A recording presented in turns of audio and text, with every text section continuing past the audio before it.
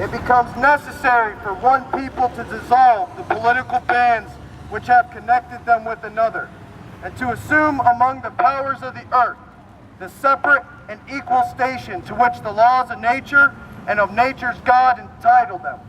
A decent respect to the opinions of mankind requires that they should declare the causes which impel them to separation. We hold these truths to be self-evident, that all men are created equal, that they are endowed by their Creator with certain unalienable rights, that among these are life, liberty, and the pursuit of happiness.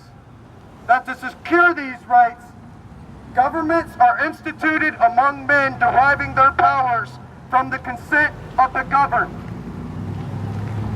That whenever any form of government becomes destructive of these ends, it is the right of the people to alter or to abolish it, and to institute new government, laying its foundations on such principles and organizing its powers in such form as to them shall seem most likely to affect their safety and happiness. Prudence, indeed, will dictate that governments long established should not be changed for light and transient causes.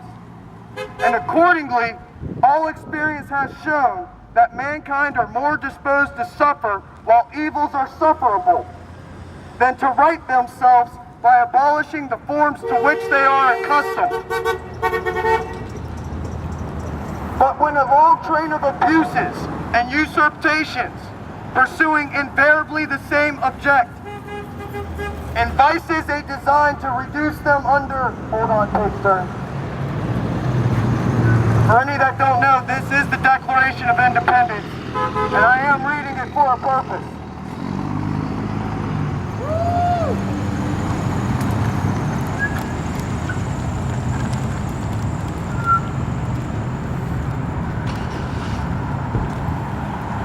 With the threat of absolute despotism, it is their right, it is their duty to throw off such government and to provide new guards for their future security.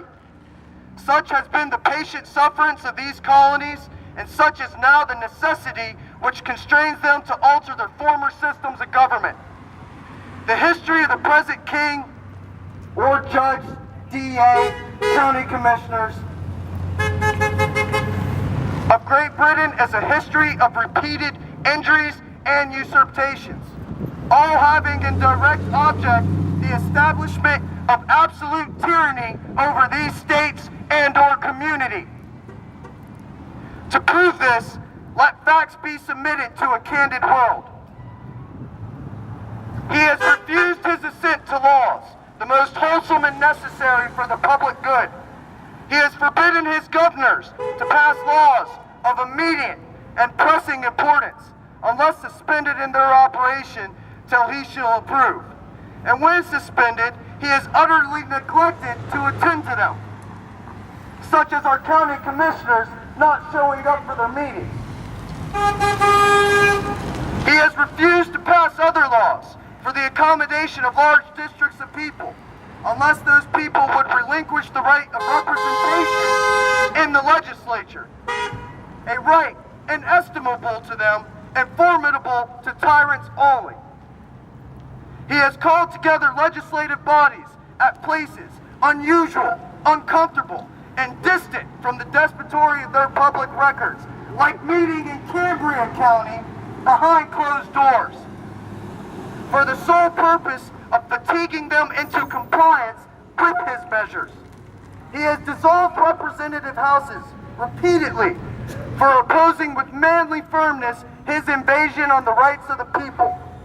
He has refused for a long time, after such dissolutions have been noted, to cause others to be elected, whereby the legislative powers, incapable of their own annihilation, have returned to people at large for their exercise. The state remaining in the meantime exposed to all dangers of invasion from without and convulsions within. He has endeavored to prevent the population of these states for that purpose, obstructing the laws for naturalization of foreigners refusing to pass others to encourage their migrations hither, and raising the conditions and new appropriations of lands. He has obstructed the administration of justice by refusing his assent to laws for establishing judicial powers. He has made the judges dependent on his will alone for the tenure of their offices and the amount and payment of their salaries. He has erected a multitude of new offices and sent hither swarms of offices to harass our people and eat their substance. He has affected to render the military independent of and superior to the civil power. He has combined with others to subject us to a jurisdiction foreign to our Constitution and unacknowledged by our laws, giving his assent to their acts of pretended legislation, for quartering large bodies of armed troops among us, for protecting them by a mock trial from punishment for any murders which they should commit on the inhabitants of these states, for cutting off our trade with all parts of the world, for imposing taxes on us without our consent, for depriving us, in many cases, 9 times out of 10 in this courthouse, of the trial by jury, for transporting us beyond seas to be tried for pretended offenses, for abolishing the free system of English laws in a neighboring province, establishing therein an arbitrary government and enlarging its boundaries so as to render it at once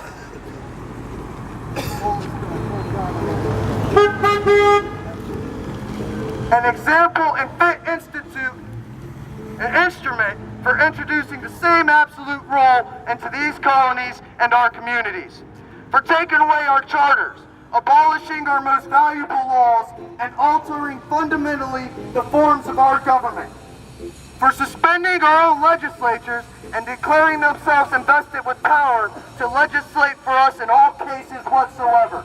They police their own.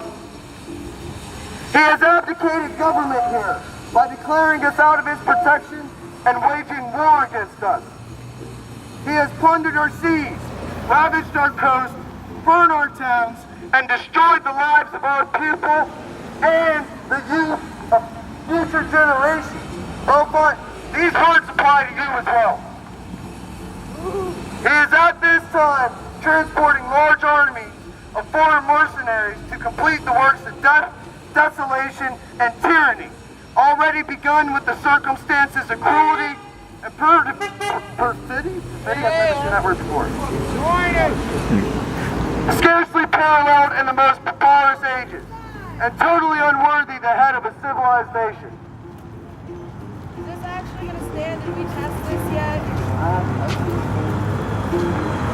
He has constrained our fellow citizens, taking captive on the high seas, to bear arms against their country, to become the executioners of their friends and brethren, or to fall themselves by their own hands.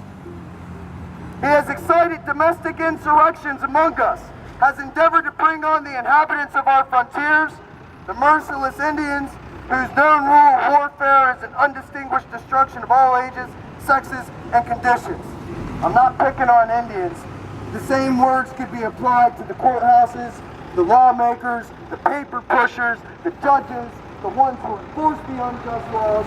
They are just as savage as our fellow.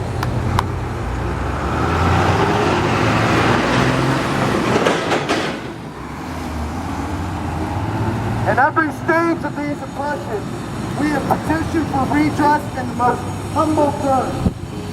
We bring you cupcakes. Our repeated petitions have been answered only by repeated injury. A prince whose character is thus marked by every act which may define a tyrant is unfit to be a ruler of a free people. Nor have we been wanting in attentions to our British brethren. We have warned them from time to time, 5 weeks straight now, of attempts by their legislature to extend an unwarrantable jurisdiction over us. We have reminded them of our circumstances, of our immigration and settlement here. We have appealed to the native justice and magnanimity, that's a hard one, sorry. And we have conjured them by the ties of our common kindred to disavow these usurpations. I am asking for the honorable men and women of this community to stand up, which would inevitably interrupt our connections and correspondence. They too have been dubbed to the voice of justice. We must therefore acquiesce in the necessity which denounces our separation and hold them as we hold the rest of mankind. Enemies in war, in peace, friends. This is a hard one. How long does it take? It's at 11 minutes now.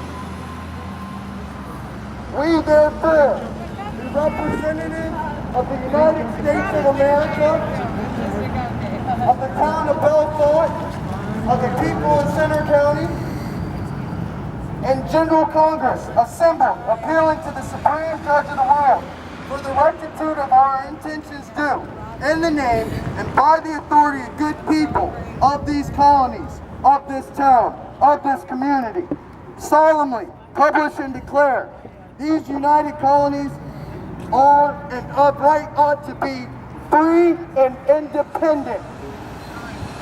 They have full power to levy wars, to conclude peace, to contract alliances,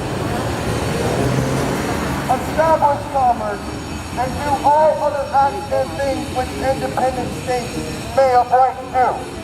And for the support of this declaration, with a firm reliance on the protection of divine providence, we mutually pledge to each other our lives, our fortune, and our sacred honor. Yeah! I'm done.